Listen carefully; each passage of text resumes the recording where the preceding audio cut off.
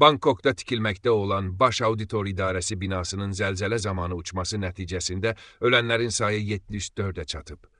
Oxu Azın Tassa istinadən xəbərinə görə, bu barədə Tayland paytaxtının administrasiyası məlumat verib.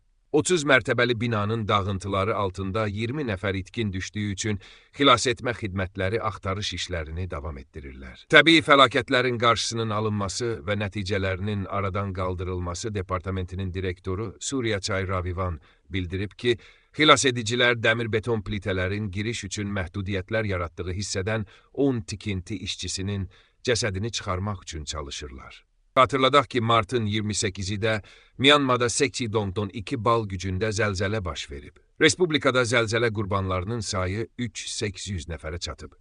Zəlzələdən həmçinin Bangkokda zərər görüb, güclü təkanlar Bangkok və onun ətraflarında, eləcə də krallığın şimal, şimal-şərq, mərkəzi və cənub bölgələrində də hiss olunub. Baş Auditor İdarəsi Bangkokda zərbələrə tab gətirə bilməyən və çökən yeganə bina olub. Qeyd edək ki, ölənlərin sayı daha əvvəl 40 olaraq göstərilirdi.